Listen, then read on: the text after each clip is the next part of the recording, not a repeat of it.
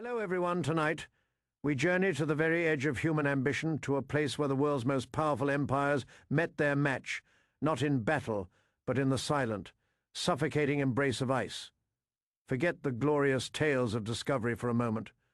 What if I told you that one of history's most epic quests was, in fact, a 400-year suicide mission that drove an entire continent mad? We're talking about the Northwest Passage, not as a symbol of human triumph, but as a monument to obsession, hubris, and an unyielding, almost pathological pursuit of a phantom shortcut. This isn't just about ships and frozen seas, it's about the chilling psychological toll, the descent into desperation, and the whispers of curses that cling to the Arctic wind. Prepare yourselves, because the true story of the Northwest Passage is far darker, far more compelling, and utterly more terrifying than anything you've been taught. It's a saga of ghost ships sailing into eternity, of expeditions driven to cannibalism, of fortunes squandered and lives lost, all in pursuit of a passage that promised everything, but delivered only doom. This is the story of how Europe, in its insatiable hunger for wealth and glory, repeatedly threw its best and bravest into the maw of an unforgiving wilderness, convinced that sheer will could bend nature to its whim. It is a tale of greed, betrayal, and a madness, so profound it echoed across centuries. Now let's unlock the ice-bound secrets of this cursed waterway. Our story begins not with the late 15th century. Columbus had stumbled upon a new world, but not the coveted route to the spice. Rich Indies. Spain and Portugal were carving up the globe, growing fat on gold and spices. England, a maritime power on the rise but increasingly frustrated, found itself locked out of the southern routes. Their solution, to go north, to find a shortcut, a fabled passage through the top of the world, directly. This wasn't just about trade. It was about survival, about national pride, about breaking the stranglehold of their rivals. It was a desperate gamble, born of economic necessity and imperial ambition. The dream was seductive, a direct, ice-free waterway, shortening the journey to the Orient by thousands of miles, bypassing the Portuguese monopoly around Africa and the Spanish dominance, a trade route that would transform England from an island nation into the undisputed master of global commerce. It was a vision so potent, so alluring, that it blinded generations of explorers to the grim realities of the Arctic. The belief was fervent, almost religious, fueled by ancient maps and speculative geography. But the reality was a frozen hellscape, a maze of ice fog and unimaginable cold, guarded by forces no human technology of the era could hope to overcome. The Arctic was a silent, patient killer, and it was about to feast on Europe's finest. Our first protagonist in this unfolding tragedy is Martin Frobisher, a privateer, a man of ruthless ambition, and a true product of his age. In 1576, with the backing of powerful English merchants and even Queen Elizabeth I herself, Frobisher set sail with 3 tiny ships, the Gabriel, the Michael, and a pinnace. His mission, to find the Northwest Passage. His motivations, however, were less about pure discovery and more about the promise of immense wealth. He found a bay, later named Frobisher Bay. It glistened, it sparkled, and it was declared by an Italian assayer in London to be rich with gold. Gold, the word echoed through the court, through the merchant houses. It was the siren song that would amplify the madness. This wasn't just a passage, it was a treasure chest. The Queen herself invested, convinced of limitless riches. Frobisher's second expedition in 1577 was on a grander scale, with more ships, more men, and one singular purpose: to bring back more of this miraculous gold ore. He returned with 200 tons of it, convinced he was making England rich. The passage, however, remained elusive, almost secondary to the glittering promise of immediate wealth. By 1570, Frobisher embarked on his third, colossal expedition, 15 ships, over 400 men, not just to find the passage, but to establish a permanent mining colony. Imagine the scale, the cost, the sheer audacity. They were sailing into the known unknown, into a region that had already shown its teeth, driven by the lure of yellow metal. But as the ships returned, The rock was worthless iron pyrite. Fool's gold, the shimmering promise turned to dust. The dream of immense wealth, a mirage Frobisher's voyages, ended in financial ruin, scandal, and shattered reputations. But the ghost of the passage, the idea of it, the fade for it, remained. The Arctic had exacted its price, not just in lives but in reputation and fortune, yet its grip on the European imagination only tightened. It was a powerful lesson in hubris, but one that few would heed. The lure of the Northwest Passage was not merely a geographic puzzle. It became a psychological obsession, a nationalistic crusade, and a stage upon which human folly and courage played out. Despite Frobisher's humiliating failure, the seed was planted, and the next wave of explorers soon followed, each convinced they could succeed where others had failed, lured by the persistent whisper of a passage waiting just beyond the next iceberg. For many, the passage wasn't just a route.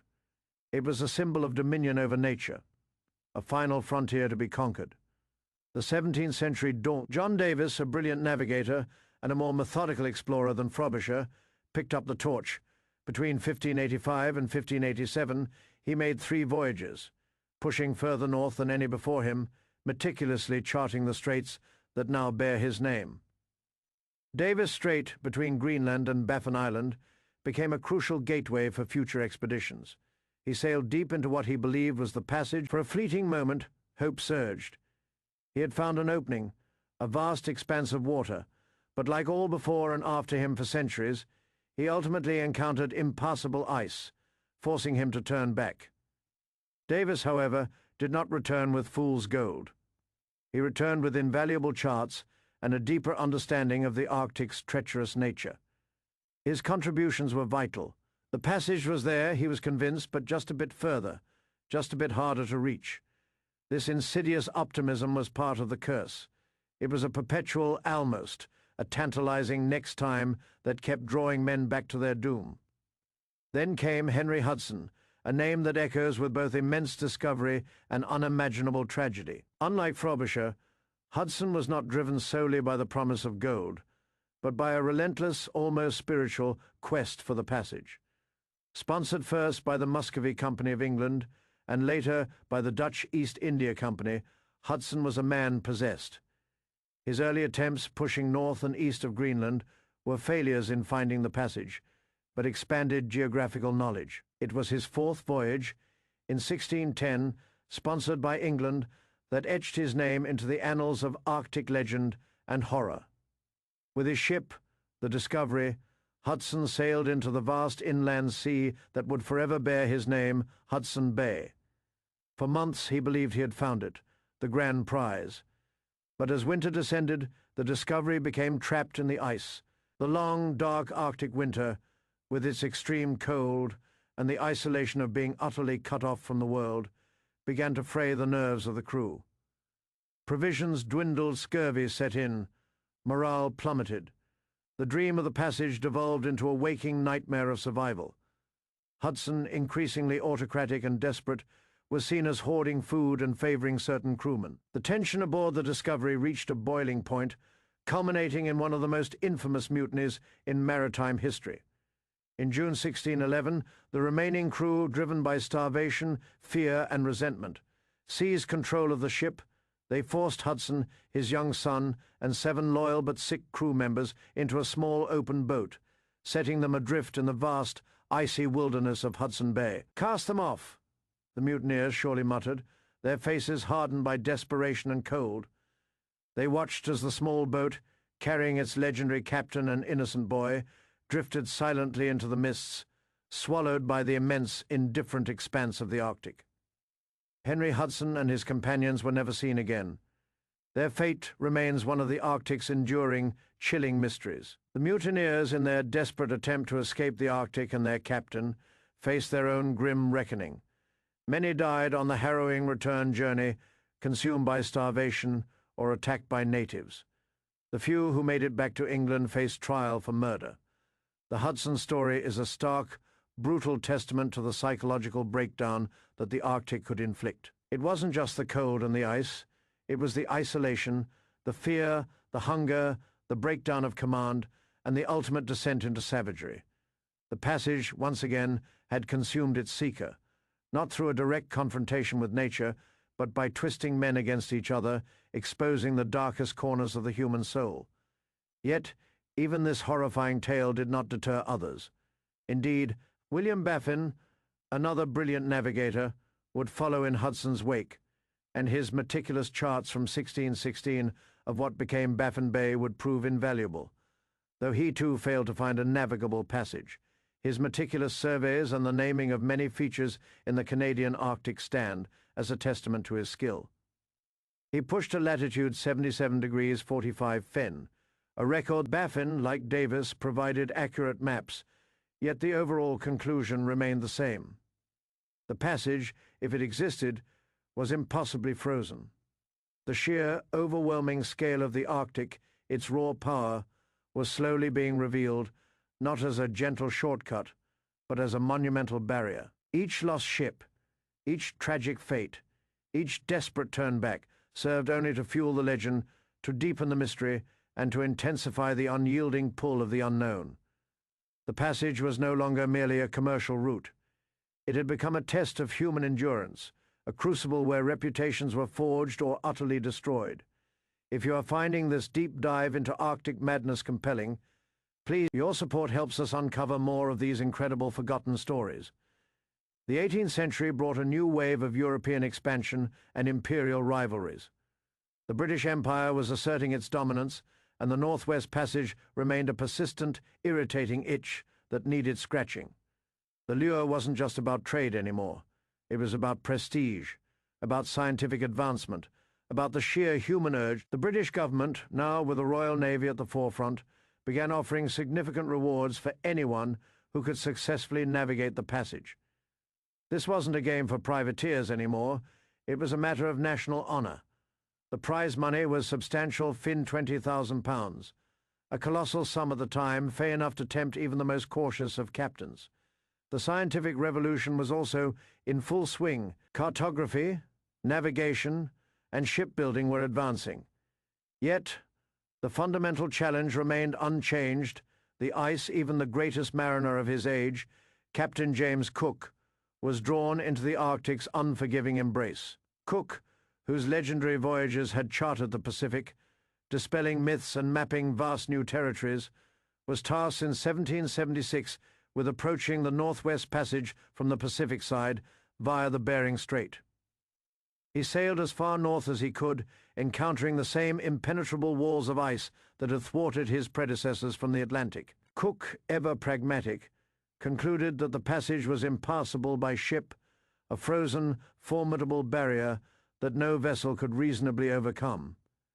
His assessment, from the man who had seemingly conquered every ocean, should have been the final word, a rational decree that would put the centuries-old obsession to rest.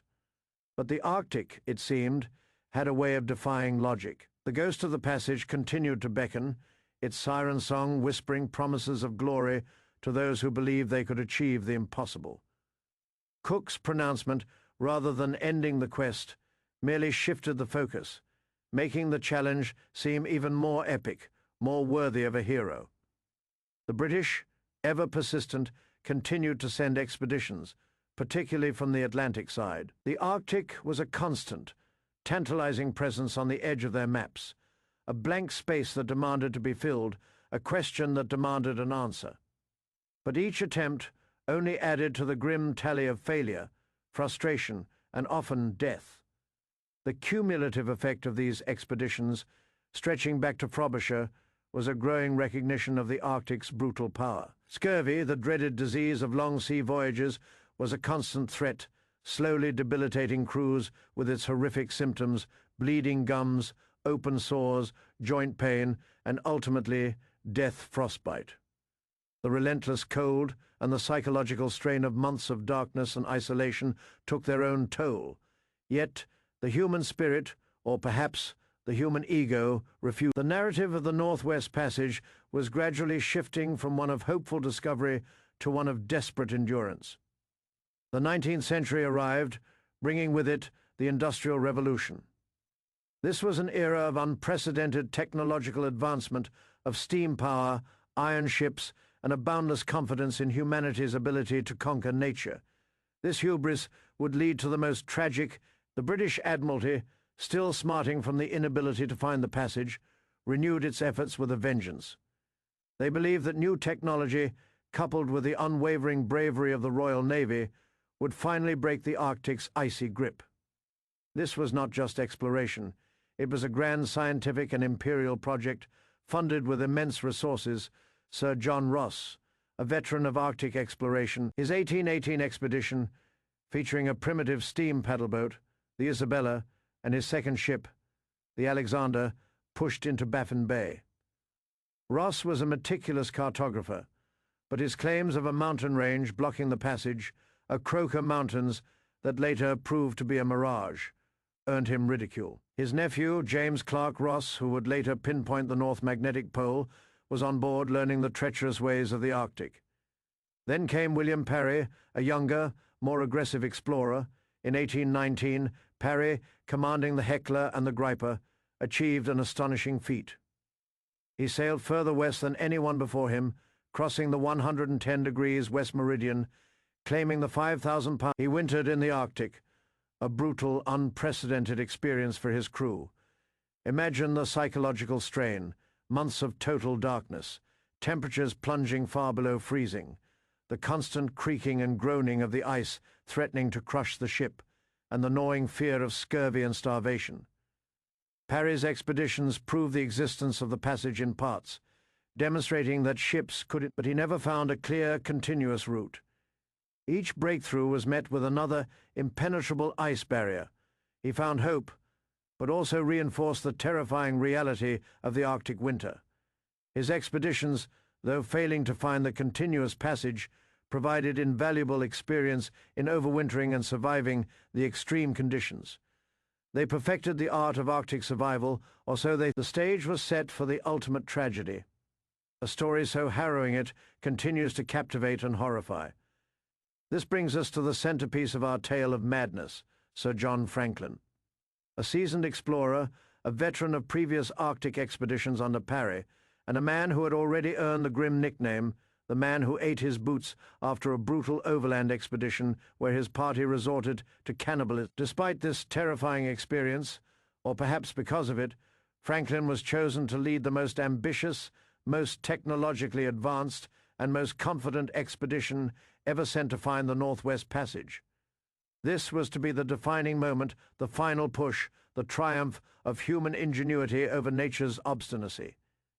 In 1845, Franklin departed England with two purposes. These weren't just any ships. They were ice-reinforced bomb vessels equipped with steam engines for propulsion in calm or ice-filled waters and stocked with an unprecedented 3 years' worth of provisions, including thousands of tins of canned food. Each ship carried a library, a piano, and even a daguerreotype camera. The crew, 129 officers and men, were the cream of the Royal Navy. This was the ne plus ultra of Arctic exploration, a scientific marvel, an emblem of Victorian hubris. The mood was one of supreme confidence, almost celebratory. No expense had been spared. This expedition surely would succeed where all others had failed. The ships were last seen by European whalers in Baffin Bay in late July 1845, sails unfurled, steaming, confident, then silence, a profound, chilling silence that would stretch for years. At first there was no alarm. Expeditions were expected to be gone for extended periods, but as 1846 turned into 1847, and then 1848, without a word, a creeping dread began to set in.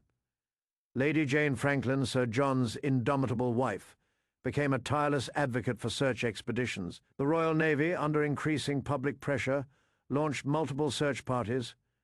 The Arctic, which had merely consumed ships before, was now consuming entire expeditions sent to find the lost ones. This was the ultimate trap, the passage claiming not just the first wave, but all who dared to follow its ghostly trail. Over the next decade, more than 30 ships and thousands of men would embark on. It became the largest search and rescue operation in history, transforming the Arctic into a vast, frozen graveyard. These search parties, themselves facing the same perils, began to find fragments. grim clues scattered across the barren landscape. The first significant discoveries came in 1850. 3 graves on Beechey Island, belonging to men who had died in the expedition's first winter. The epitaph spoke of God's grace, but the frozen earth held a more sinister truth.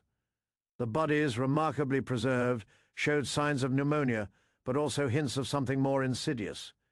In 1854, explorer John Ray, journeying overland by sledge, encountered Inuit hunters who told a horrifying tale. They described seeing a party of around 40 white men dragging a boat, starving. Later they found evidence of the men, including knives, watches, and most chillingly, human remains that had been cut open and bones that had been broken for marrow extraction. The implication was unmistakable. Cannibalism. Ray's report, though controversial and met with outrage by the Victorian public who refused to believe their brave sailors could resort to such savagery, provided the first devastating glimpse into the frank. Charles Dickens himself publicly attacked Ray, defending the honor of British sailors. But the truth, as it slowly emerged from the ice, was far more brutal than any fiction. The most crucial discoveries came from an expedition funded by Lady Franklin herself, led by Francis Leopold McClintock in 1857. McClintock's party found a cairn on King William Island containing a note. The first entry, dated May 28, 1847, stated that all was well, the Erebus and Terror were wintering, and Franklin was in command. The second, scrawled in the margin and dated the 25th of April, 1848, told a far grimmer story. The ships had been beset by ice since September 1846. Franklin had died on the 11th of June, 1846. The remaining 105 survivors under Captain Crozier had abandoned the ships and were attempting to march south for safety, dragging their boats. Imagine the despair, trapped for over a year and a half, watching their numbers dwindle. Then the death of their revered commander, the decision to abandon the ships, their only refuge, for a desperate march across a frozen wasteland, was an act of absolute. McClintock's team also found skeletal remains, scattered tools, and a boat mounted on a sledge containing 2 skeletons, 2 loaded shotguns, and other personal effects. These macabre discoveries painted a picture of utter breakdown, men dropping dead from exhaustion, scurvy, and starvation, their desperate march turning into a slow, agonizing crawl towards a fate they could not escape. Modern scientific analysis of the exhumed bodies from Beechey Island, and later the remains found on King William Island, provided a shocking new piece of the puzzle. Lead poisoning, the canned provisions, meant to be their salvation, were sealed with lead solder. This lead leached into their food, slowly poisoning the crew, causing cognitive impairment, fatigue, paranoia, and eventually. It was an insidious, silent killer, slowly robbing the men of their reason and their ability to make sound decisions, contributing to the chaos and desperation. The very technology meant to ensure their survival had, in a cruel twist of fate, betrayed them. The Erebus and Terror themselves remained lost for over 160 years, 2 ghostly sentinels swallowed by the Arctic. Their discovery in 2014 and 2016, respectively, in remarkably good condition, offered a tantalizing glimpse into their final moments. Artifacts recovered from the wrecks, perfectly preserved by the cold, offer silent testimony to the lives lived and lost. Buttons, epaulets, scientific instruments, even a ship's bell. The ships lie on the seabed, perfectly preserved in the frigid waters, a haunting testament to human ambition and the Arctic's enduring power. The Franklin expedition stands as the grim epitome of the Northwest Passage's curse. It wasn't just a failure, it was a total annihilation, a profound cautionary tale of hubris, technological overconfidence, and the unforgiving nature of the ultimate frontier. It showed that even the best equipped, most experienced expeditions could be swallowed whole, leaving behind only fragments of a nightmare. The tale of Franklin's lost expedition solidified the Passage's reputation as a graveyard, a place where even the most seasoned explorers met their end, driven to acts no human should ever witness, let alone endure. The ghost of Franklin, and the other hundreds who perished, continued to haunt the Arctic, a silent reminder of Europe's collective madness. By the late 19th and early 20th centuries, The age of grand state-sponsored Arctic expeditions, driven by the commercial imperative of the passage, began to wane. The futility of finding a commercially viable, ice-free route had become tragically clear. The price, in lives and treasure, was simply too high. Yet the human desire to conquer the unconquerable remained. The true, definitive navigation of the Northwest Passage was finally achieved not by the grand, technologically advanced fleets of the British Empire, but by a small, humble ship and a resourceful, determined Norwegian explorer, Roald Amundsen. In 1903, Amundsen, with a crew of 6, set sail in a 45-ton fishing sloop named J.J. Faya. Unlike his predecessors, Amundsen did not seek glory or immense wealth as his primary objective. He was a meticulous planner, a student of the Inuit, learning their survival techniques, their knowledge of the land, and their methods for living in harmony with the Arctic. He took a shallower, more southerly route, patiently wintering for 2 years, making scientific observations, and slowly, methodically, picking his way through the archipelago. After 3 years of painstaking navigation, in 1906, Amundsen emerged into the Pacific Ocean, having successfully traversed the Northwest Passage. It was a triumph of perseverance, skill, but his achievement also underscored the passage's true nature. It was not a shortcut, but a treacherous, narrow, and often ice-choked labyrinth utterly unsuitable for commercial shipping. The dream of a grand, easily navigable trade route was finally irrevocably shattered. The centuries of sacrifice, the countless lives lost, the immense fortunes squandered, had led to the discovery of a passage that was, for all practical purposes, useless for its original intent. The irony was profound, almost cruel. The passage existed, but it was a frozen monument to human folly, not a pathway to prosperity. The subsequent decades saw further navigations, mainly by icebreakers and increasingly powerful ships. But the commercial dream remained elusive. The passage remained largely a scientific and symbolic achievement, a testament to endurance rather than a bustling trade route. Today, however, the narrative is shifting once more, driven by a new, more profound madness: climate change. As the Arctic ice melts at an unprecedented rate, the Northwest Passage is slowly, terrifyingly, becoming a reality. The once impassable ice fields are receding, opening up new shipping lanes that were once the exclusive domain of polar bears and ghosts.